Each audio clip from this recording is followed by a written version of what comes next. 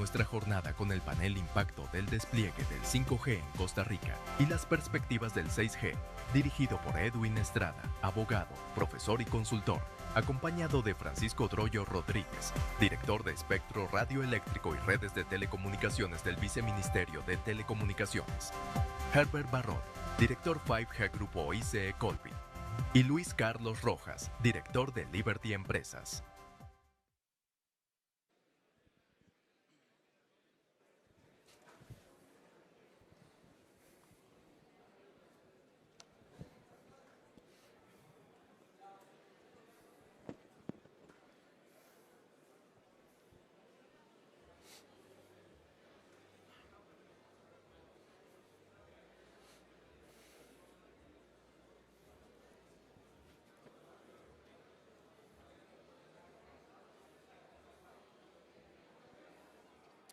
Muy buenas tardes, señoras y señores.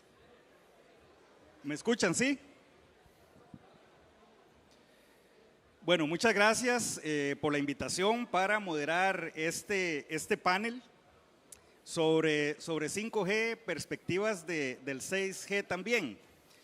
Recordemos que el año pasado el Poder Ejecutivo le dio la instrucción a la Superintendencia de Telecomunicaciones para que iniciara el proceso licitatorio de espectro radioeléctrico para implementar redes de telecomunicaciones, entre las cuales casi que la primera que se va a poder desplegar es la red de quinta generación. Este es un hito muy importante porque vemos cómo en otros países también ya este proceso ha pasado y ya existen estas redes. Por eso creo que es muy oportuno este espacio para conversar sobre este tema y pues conversar con las personas que saben y las personas que tienen un papel importante en este proceso, y que les damos la bienvenida. Tengo a mi izquierda al ingeniero Francisco Troyo. Él es director de espectro radioeléctrico del Viceministerio de Telecomunicaciones. Él es ingeniero eléctrico y tiene también una maestría en administración de empresas y además es administrador de empresas ya también, ¿verdad? Sí. También tenemos a don Luis Carlos Rojas de Liberty.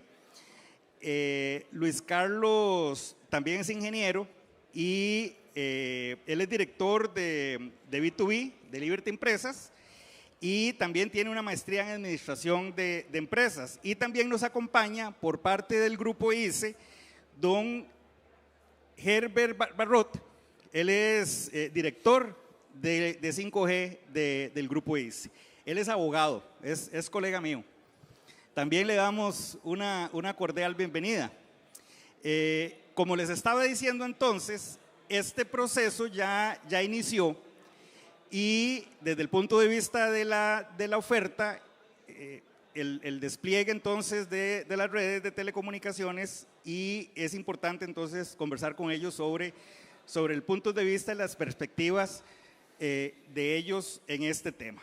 Entonces, siendo así, vamos a iniciar con algunas preguntas, dándoles algunos espacios a ellos pues, para que puedan ir contestando y generar una conversación interesante. Y vamos a tener un espacio también para que algunos de ustedes, los que gusten, puedan hacer un par de preguntas también a los panelistas. Vamos a iniciar entonces con la rectoría del sector de telecomunicaciones. Vamos a iniciar con don Francisco Troyo preguntándole el estado. Bueno, ya yo avancé un poco sobre el estado, pero Francisco le voy a pedir que me dé un poco más detalle. ¿Cómo está el estado actual del despliegue? No solamente desde el punto de vista de la licitación, que es sumamente importante, sino también de algunos otros elementos habilitadores, como por ejemplo la infraestructura, porque sabemos que uno de los grandes retos que han existido desde que los operadores entraron al mercado costarricense ha sido el despliegue de infraestructura y esas barreras que las mismas instituciones del Estado han venido imponiendo para que se pueda desplegar la red. Y el Viceministerio de Telecomunicaciones está liderando una una política pública muy importante apoyando e incentivando para el despliegue de infraestructura. Entonces, preguntarle también cómo está ese tema. Hubo una ley que fue aprobada, que entró en vigencia hace un año. Hay algunos reglamentos que están pendientes de publicación por parte del Ejecutivo. Entonces, Francisco, por favor, cuéntenos un poco cuál es el estado actual de la licitación, qué perspectivas hay y también cómo está el tema de infraestructura. ¿Cómo lo ve usted? Bien, gracias. ¿Me escuchan? ¿Sí? Bien, perfecto. Buenas tardes a todos. Primero, pues, bueno, agradecer y saludarlos a los colegas y compañeros que estamos acá. Empezando por el tema del espectro, es importante tomar en cuenta que una red de quinta generación necesita espectro en bandas bajas con mayor propagación para zonas donde hay menos densidad de usuarios. Ocupa espectro en bandas medias para poder tener una cobertura aceptable, pero poder desempeñarse de manera adecuada con las características de 5G, particularmente temas como latencia, y bandas un poco más altas, particularmente para casos un poco más hacia interiores, hacia lo que se llaman in-campus, verticales, etc. Entonces, desde la perspectiva del concurso de espectro, incluye espectro en todos estos segmentos y hasta el último día que estuvo conformado el Consejo de la SUTEL, lo digo de esta forma porque ellos son 3 miembros, pero a partir del 5 de enero únicamente quedó una persona nombrada y no pudo continuar con el proceso del concurso público que se instruye por parte de la SUTEL, pero hasta ese momento la SUTEL ya había publicado un precartel a consulta justamente para poder obtener las observaciones de todos los involucrados e interesados en el proceso y poder generar después el cartel definitivo y después convocar al concurso público como tal. Ya ahora, conformada la SUTEL hace un par de semanas, ya está en la posibilidad material, digamos, de poder continuar con ese proceso donde quedó, de manera que esperaríamos que muy pronto la SUTEL ya pueda publicar el cartel y continuar con el resto del proceso. El proceso no solamente es llamar a concurso, ejecutar el proceso de concurso y que la SUTEL emita una recomendación al Poder Ejecutivo de quiénes serían los eventuales adjudicados, con qué rangos de frecuencia y todo lo demás, sino que después por parte del Poder Ejecutivo tienen que hacerse un análisis de esa recomendación, tiene que generarse los acuerdos ejecutivos de concesión, tiene que hacerse los contratos que tienen que pasar por el freno de la Contraloría y demás. Entonces, un proceso que lleva una serie de etapas. Se espera que por lo menos la parte que corresponde a la superintendencia, de acuerdo a los cronogramas formales que han emitido, en las etapas que restan ahora a partir de la publicación del cartel, no supere alrededor de los 100 días hábiles. Eso es lo formalmente establecido, pudiera ser claramente menos, y después de eso vendrían las otras etapas que tendría que ejecutar el Poder Ejecutivo, la Contraloría y algunas otras partes para que quede todo esto en firme.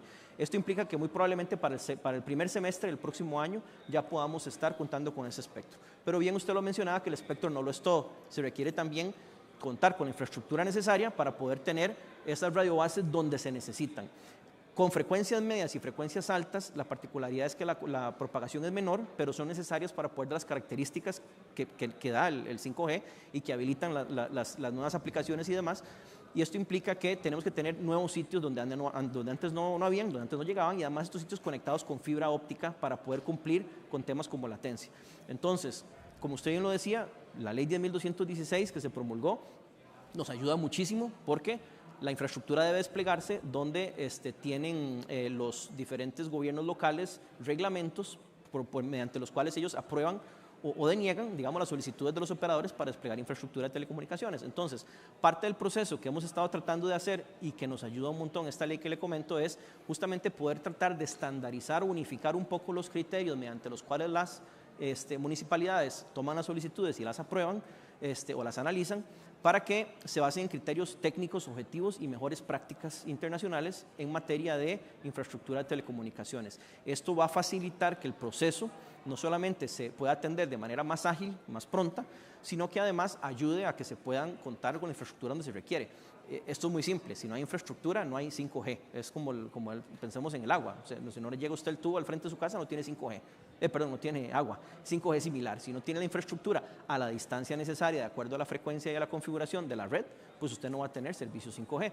Y no solamente pensemos en casa, sino pensemos en la parte donde más va a brillar el 5G, que es en la parte de industria, la parte toda la parte de fábricas, la parte de agricultura, puertos, logística, transporte, ciudades inteligentes y todos estos temas.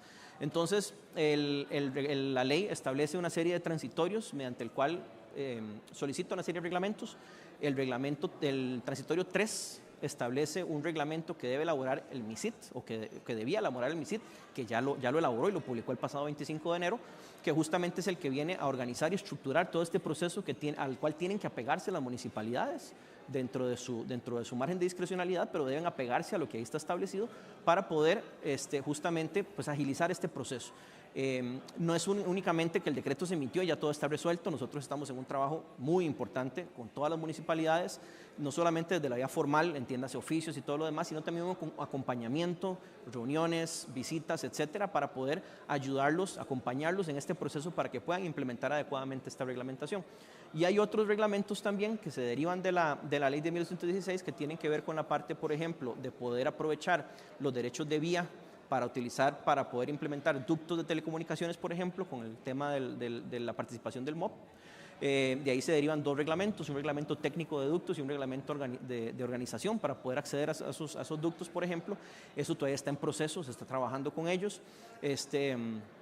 Ya se tiene, bueno, el reglamento técnico de ductos ya salió a consulta pública el año pasado, ya eso está bastante avanzado. El reglamento operativo ya tenemos una primera versión que estamos en revisión conjunta. Ahora con el cambio de jerarcas en el MOP, pues estamos, digamos que reacomodándonos un poquitito para poder avanzar un poco más rápido con eso, pero sí estamos tratando de obtener la colaboración del MOP necesaria para poder hacer lo necesario. Y en la parte de Hacienda, que también hay un reglamento de azoteas, que eso pues ha costado un poquitito más, pero ya lo estamos moviendo finalmente para poder avanzar en la dirección igual, de poder disponer, por ejemplo, de todas las edificaciones públicas que están a lo largo y ancho del país, que puedan servir como base para implementación de sitios, ¿verdad? De celdas pequeñas, por ejemplo, para poder dar servicios de quinta generación. Muchas gracias, Francisco. Mire, parece mentira, pero yo creo que la parte más fácil de esta ecuación es promulgar las leyes, promulgar los reglamentos en este caso. Ahora viene todo un reto que es precisamente, y que es lo que usted me dice que están haciendo y que es un trabajo muy importante, que es ir a todas las municipalidades, todos los gobiernos locales y decirles, mire señores, aquí hay una normativa, ustedes tienen que cumplirla, pero sobre todo concientizarlos sobre la importancia de su papel y concientizarlos que ya el tema de telecomunicaciones no es un tema solamente de los ingenieros o del MISIT o de los operadores, sino que ellos tienen un papel muy importante en eso. Entonces, este mensaje es muy importante que cale y que creo que todos los que estamos acá en este momento podemos llevárnoslo en nuestra mente y tratar de publicitarlo de alguna manera. Gracias. Vamos a seguir entonces con don Luis Carlos, de Liberty. Quisiera preguntarle, usted como director de B2B de la empresa, ¿cuáles son las oportunidades de innovación y desarrollo empresarial que usted ve desde su posición que se puedan abrir a partir de la llegada de las redes de quinta generación? ¿Y cómo pueden las empresas aprovechar al máximo toda esta tecnología para mejorar sus operaciones y sus servicios? Y tomando en cuenta también que hay que tener un manejo de expectativas y que esto es todo un proceso de adopción por la tecnología por parte de estas empresas. Don Luis Carlos, por favor. Sí, muchas gracias Edwin y un saludo a los compañeros de panel y buenas tardes a todos ustedes. Desde el punto de vista de el desarrollo de 5G a nivel comercial o a nivel empresarial, creo que será un paso muy importante que dará el país para un desarrollo mucho más rápido en todo lo que son ya temas de integración necesariamente para la sociedad. No solamente integración tecnológica, como ya estamos acostumbrados a tener más velocidad en internet, sino realmente aplicaciones que van a ser parte integral de nuestra vida. Voy a poner un ejemplo y recordemos que 5G va a tener 3 características principales de las cuales, digamos, pueden derivar aplicaciones específicas, ¿verdad? La primera es retardos muy pequeños a la hora de acceder a la información. Eso va a traer como consecuencia que podamos ya desarrollar aplicaciones como la conducción automática, aplicaciones, bueno, muchos de acá probablemente también sean gamers y demás, y van a tener una velocidad de respuesta mucho más efectiva, pero también sistemas de comunicación y de, por ejemplo, respuestas en bolsa de valores o temas de esa naturaleza mucho más rápidas. Por otro lado, va a estar, digamos, todo lo que corresponde a lo que es el Internet de las cosas, pero no el Internet de las cosas que ya hoy podemos apreciar y que de hecho ya existe una red de Internet de las cosas en el país funcionando, que es la única a nivel de Centroamérica, que funciona hoy a través de Liberty, pero sino que a través de 5G podríamos tener ya cientos de miles de dispositivos conectados en algún momento sobre lo que es digamos, sobre la red. De esta manera ya la densidad y la cantidad de información que podemos tener de algún proceso va a ser mucho más rápido. Eso quiere decir que, por ejemplo, control de inundaciones, control de energía, saber si podemos estar en riesgo de un terremoto, digamos, en los próximos minutos. Temas de esa naturaleza van a ser mucho más fáciles de poder controlar y de poder manejar y manipular de forma sencilla para nosotros. Y el otro tema, digamos, a nivel de 5G es la gran capacidad de ancho de banda que vamos a tener disponible. Eso trae como consecuencia que ya, por ejemplo, aplicaciones como metaverso, aplicaciones como, digamos, de gran volumen de datos, de intercambio, digamos, de disaster recovery plan entre lo que son las compañías, de todo lo que corresponde principalmente hacia, por ejemplo, información en línea inmediata, con solo, digamos, visualizar algún proceso o alguna característica particular de un proceso de fabricación, va a ser mucho más sencilla a la hora de poderse implementar. Y bueno, lo más importante de todo esto es que, si bien es cierto, todavía no está disponible 5G, ya están disponibles, por ejemplo, esas redes de IoT que hoy funcionan sobre 4G, redes privadas específicas para nuestros clientes. Por ejemplo, hoy me llamó mucho la atención de tu presentación, Herbert, que mostrabas el ejemplo de Telefónica con el caso de Maersk, ¿verdad?, de APM Terminals acá en Costa Rica, y casualmente APM Terminals es una red que hoy funciona en 4G, en una red privada nuestra a nivel de Liberty propiamente. Entonces ya son aplicaciones que hoy se pueden apuntalar, pero que van a ser absolutamente catapultadas a través de lo que va a ser 5G. Así es que yo creo que nos espera un futuro interesante, un futuro brillante, y que con esa meca de desarrolladores y de talento que tiene el país, se va a poder, vamos a ver a Costa Rica pues con un desarrollo bastante positivo con respecto a los demás países de Centroamérica. Don Luis Carlos, muchas gracias. Definitivamente las oportunidades son múltiples.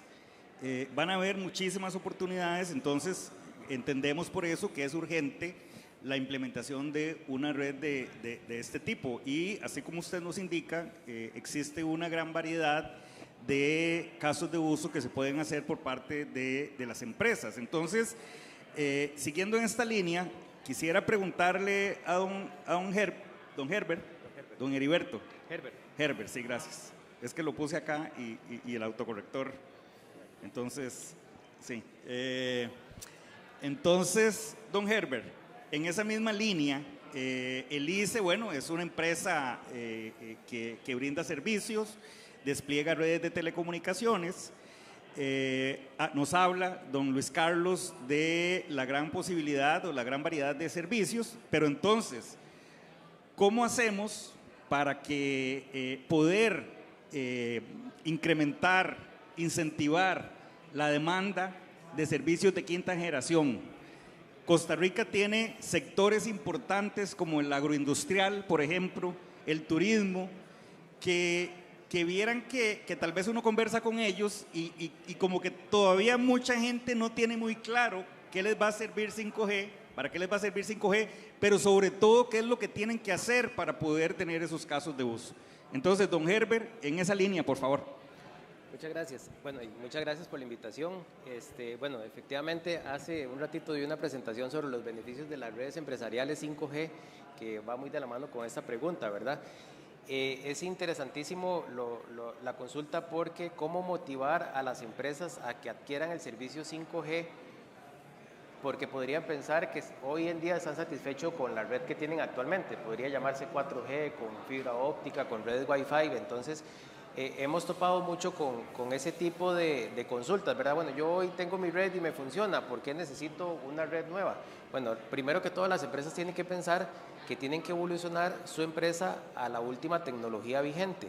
Por ejemplo, 4G ya va a ir desfasándose y los aplicativos o los desarrollos que necesitan hacer, por ejemplo, para automatizar servicios, para temas de misión crítica, para poder conectar más dispositivos a la red y tener todo ese control, van a necesitar una red más robusta, con mayores capacidades de ancho de banda y con la latencia o con el retardo menor posible para que eso funcione. Como lo indicaba ahorita don Luis, los 3 pilares de 5G son esos. Entonces las empresas tienen que evolucionar su servicio, su red, su infraestructura para poder soportar todo eso que viene.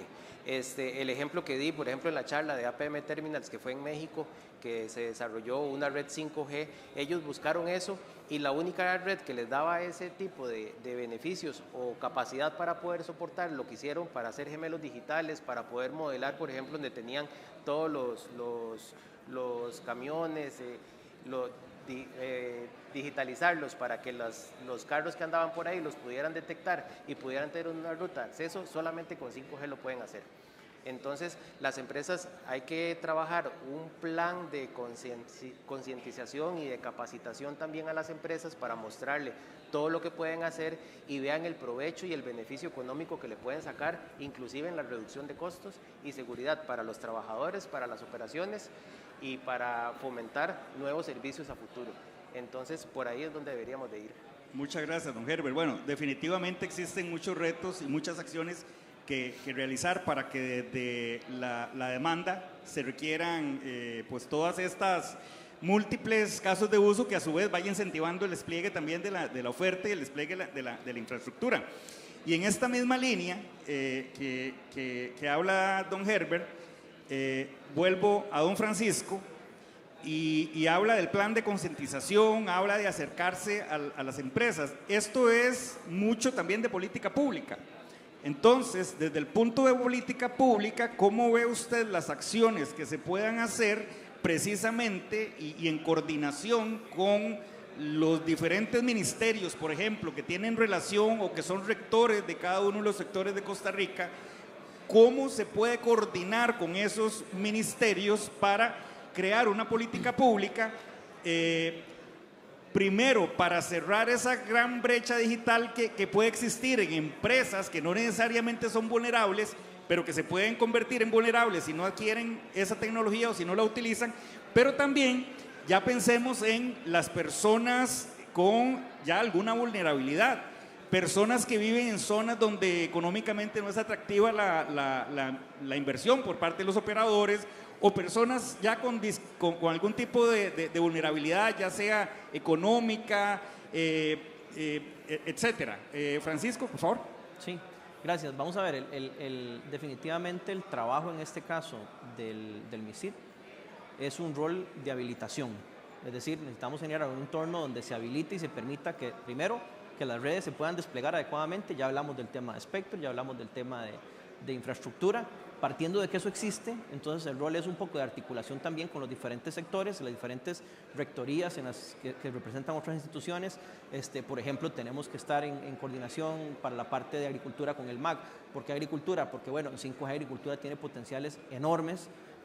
No sé si ustedes, por ejemplo, sabían que en los temas de irrigación, en la parte de agricultura, más de la mitad del agua que se utiliza actualmente se desperdicia, porque realmente no es necesario de la manera en que se distribuye o que se hace actualmente, con sistemas de sensores conectados a través de una red de quinta generación que pueda estar midiendo en tiempo real. Por ejemplo, se puede controlar la irrigación, el manejo de control de pestes y otras cuestiones por ahí con la agricultura, y puede sacarse realmente muchísimo provecho. Eso tiene que coordinarse con las instituciones correspondientes. Entonces tiene que haber un acercamiento en diferentes áreas para que se pueda visualizar realmente el potencial que tiene para favorecer a las personas, que es finalmente lo que queremos. O sea, el 5G no es un fin en sí mismo, sino que es poner una herramienta en manos de personas que realmente puedan sacarle provecho en beneficio de las propias personas.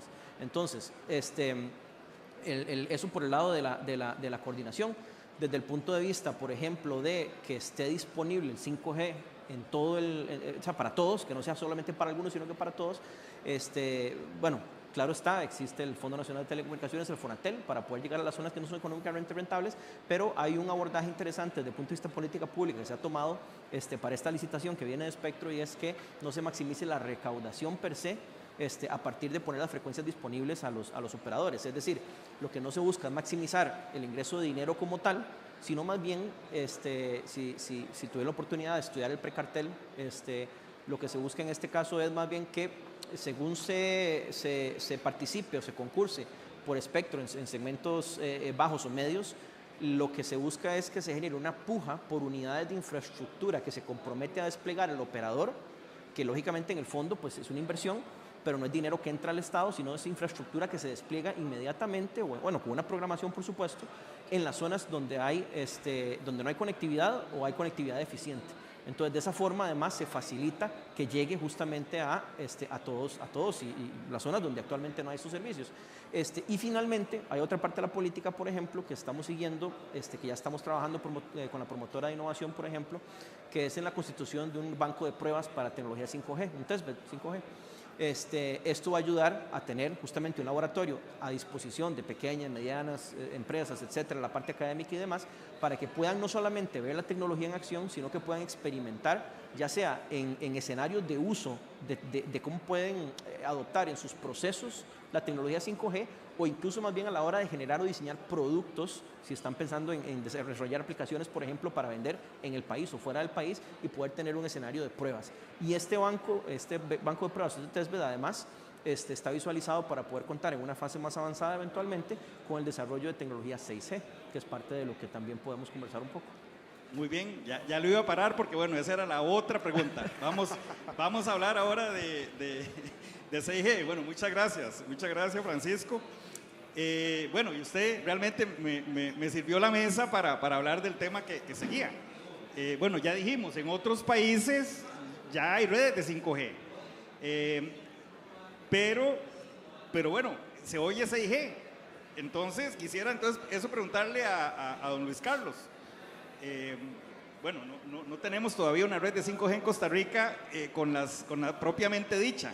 Acá el señor Delice, don Herbert, que me amplió un poco ese tema, pero ahora cuando le toque, vamos a seguir con Luis Carlos. Sin embargo, ya se está hablando de redes 6G, don Luis Carlos. Entonces, desde su punto de vista, y que estoy seguro que una empresa como Liberty tiene una gran visión de prospectiva, ¿cuáles son esas primeras perspectivas y experiencias para el desarrollo de 6G? Pero sobre todo, que vamos a que es lo que más le interesa a la gente, a las personas, ¿cuáles son los avances tecnológicos y los beneficios potenciales que vamos a tener como sociedad, como habitantes de esas redes de sexta generación? Don Luis Carlos. Sí, bueno, muchas gracias. Tal vez comentar, efectivamente, ya hay algunos desarrollos de 6G alrededor del mundo. Casualmente, la semana pasada, en Noruega, se dio una prueba ya en donde se generaron hologramas en tiempo real hiperrealistas, en donde básicamente se podían ver a las personas caminando, agua fluyendo, etcétera, a nivel de prueba y principalmente desde un punto de vista publicitario. 6G, en estos momentos se habla principalmente sobre lo que es bandas milimétricas. Esas son las bandas que tienen una frecuencia altísima, ¿verdad? Y son también muy energéticas. Eso trae como consecuencia que tengamos que tener en cuenta para lo que es el desarrollo de una red 6G, en lo que es la política de penetración que va a tener, digamos, sobre digamos, el ambiente, sobre el espacio, porque va a implicar que, si bien es cierto, vamos a ver, con 4G, hoy, ¿verdad?, nuestras redes necesitan las antenas relativamente separadas. 5G tenemos que juntarlas un poquito más, y por Dios, 6G va a ser una cosa pero tremenda. O sea, casi que la distancia se va a disminuir de forma importante, precisamente porque la frecuencia, digamos, no va a tener tanta potencia, digamos, a nivel de espacio. Entonces, eso es un tema que tenemos que revisar. Por otro lado, ¿verdad?, lo que son las principales aplicaciones que se están desarrollando hoy en 6G, además de hologramas, de metaverso, etcétera, y donde creo que va a haber la principal, digamos, evolución, va a ser orientada hacia lo que son las aplicaciones médicas y de semiconductores. Porque a través de 6G, al tener, digamos, la frecuencia tan, digamos, con una longitud de onda tan pequeña, va a poder hacer simulaciones muy exactas de lo que es el cuerpo humano. Entonces, tomografías axiales computarizadas, todo lo que es desarrollo de semiconductores, todo lo que son desarrollos de procesos micro, van a ser verdaderamente desarrolladas por allí. Entonces, podríamos decir que hoy en el mundo, la principal aplicación de 6G está pues desde el punto de vista empresarial. Pero bueno, aquí también estamos ante muchísimos desarrolladores y de repente aquí puede salir un futuro Elon Musk o Bill Gates, para los que estamos más viejitos, que hagan un desarrollo mucho más interesante y que verdaderamente transformen el mundo con el 6G. Muchas gracias, don Luis Carlos. Vamos con don Herbert con la última pregunta, ya se nos agota el tiempo. Don Herbert, el ICE, bueno, además de lo que me quiera comentar de 5G, del comentario previo que hicimos, el ICE es una institución pública, es una institución que está en competencia en un mercado de telecomunicaciones en conjunto con empresas privadas. El ICE, al ser una institución pública, pues debe cumplir con el principio de legalidad, tiene ciertos controles y, bueno, señores, en conclusión, a final de cuentas son fondos públicos, entonces tienen que ser administrados de una manera eficiente, etcétera, etcétera, etcétera. Entonces, desde el punto de vista de planificación de inversión, don Herbert, ¿cuáles son esos principales desafíos técnicos y de inversión que se pueden anticipar por una adopción de una tecnología de sexta generación en Costa Rica por parte del ICE? ¿Y qué lecciones están aprendiendo el ICE con el tema de planificación, con la planificación que han hecho con el 5G? ¿Qué lecciones aprendidas puede usted rescatar para aplicarlas en la planificación que debe estarse haciendo para las redes de sexta generación? Por favor. Con mucho gusto, don Edwin. Bueno, a nivel de planificación, como lo explicaba don Luis ahora, el desarrollo de infraestructura para 6G va a tener que ser muchísimo mayor con respecto a 4G y 5G, ¿verdad? Entonces, los costos de inversión se van a elevar significativamente. De ahí, para efectos de planificación financiera, se vuelve muy importante poder hacer uso de la infraestructura existente en relación también con infraestructura nueva, para poder reducir los costos y que sea financieramente rentable para los operadores desplegar la infraestructura que se va a requerir para 6G. También las redes que vayamos a construir ahora para 5G deben estar pensadas para esa evolución natural hacia 6G y que eso también permita hacer una planificación financiera adecuada para garantizar la rentabilidad. Ahora las tecnologías van evolucionando muy rápido.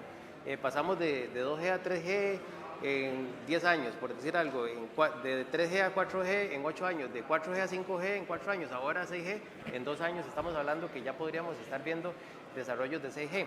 Entonces, todo ese tema de la planificación de la infraestructura, aprovechar la infraestructura existente para reducir costos en relación con la infraestructura nueva y preparar la red desde ya para esa evolución natural, nos va a ayudar a reducir costos y a planificar mejor la infraestructura que tengamos que desplegar para 6G. Muy bien, perfecto.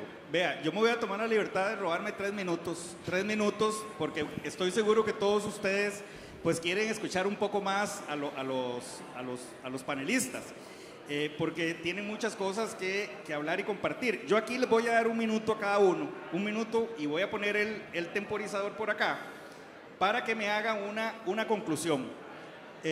Una conclusión de 1 minuto. Entonces, a ver, empezamos con Francisco, por favor. Gracias. Vamos a ver, el 5G, y aquí le robo las palabras a Marilena Méndez, que se lo escuché alguna vez, muy sabiamente dice, 5G no es 4G más 1. Vamos a ver, es una evolución tecnológica, sí, pero no es tan sencilla como 4G más 1. Hay parámetros técnicos que mejoran, pero al mejorar hasta cierto punto, logra una inflexión en lo que permite la tecnología como tal. Por eso ha sido una carrera mundial, o fue hace algunos años una carrera mundial, por el tema del 5G. Se veía en las noticias, se veía en todo lado. Entonces, en este caso, de nuevo, la oportunidad que tiene el país de poder sacarle provecho al 5G está ahí todavía. Estamos un poco tarde como país en comparación con la región, sí, es correcto, pero todavía podemos sacarle un alto potencial y debemos además posicionarnos adecuadamente para poder subirnos a la ola del 6G lo antes posible. Gracias, exacto un minuto. Don Luis Carlos, un minuto, por favor. Gracias. Básicamente, más que una conclusión, es una invitación. Es una invitación a que verdaderamente pensemos qué vamos a hacer con el 5G cuando ya esté disponible para todos nosotros. Y de tal manera que verdaderamente podamos pensar en una sociedad mucho mejor, que verdaderamente podamos hacer mejores nuestras vidas, porque al final de cuentas eso es lo que importa.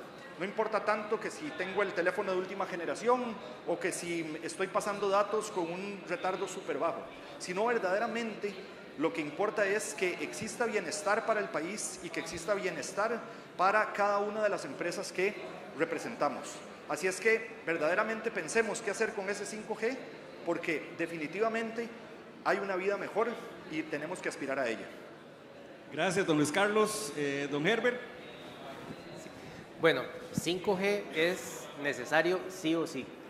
Económicamente ya está demostrado que el crecimiento de la economía del país va a depender mucho del avance tecnológico de 5G, entonces estamos trabajando como Grupo ICE para dotar al país de esta tecnología y buscar alianza con el sector público, con el sector privado, para que todo fluya eficiente y eficazmente para poder desarrollar la tecnología en el corto plazo y poder dárselo en beneficio de los usuarios finales y del sector empresarial.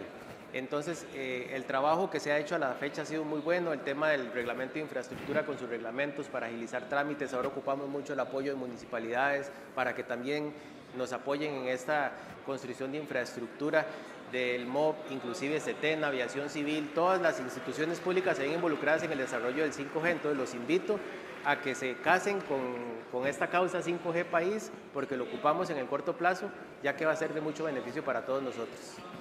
Bueno, muchas gracias. Y yo entonces me robo 2 minutos más, literal, ya me están haciendo caras por allá, pero bueno, para hacer un pequeño resumen de lo que desde mi punto de vista y a partir de lo que los señores indicaron se requiere para hacer un uso de las redes de quinta generación, se requiere el tema de espectro radioeléctrico, que ya estamos avanzando con la licitación. Se requiere también infraestructura pasiva, ya tenemos una ley que fue emitida el año pasado, estamos a la espera de los reglamentos. La etapa más importante de esto es la concientización de los actores, cuáles son las acciones que tienen que hacer, que creo que es la etapa más difícil.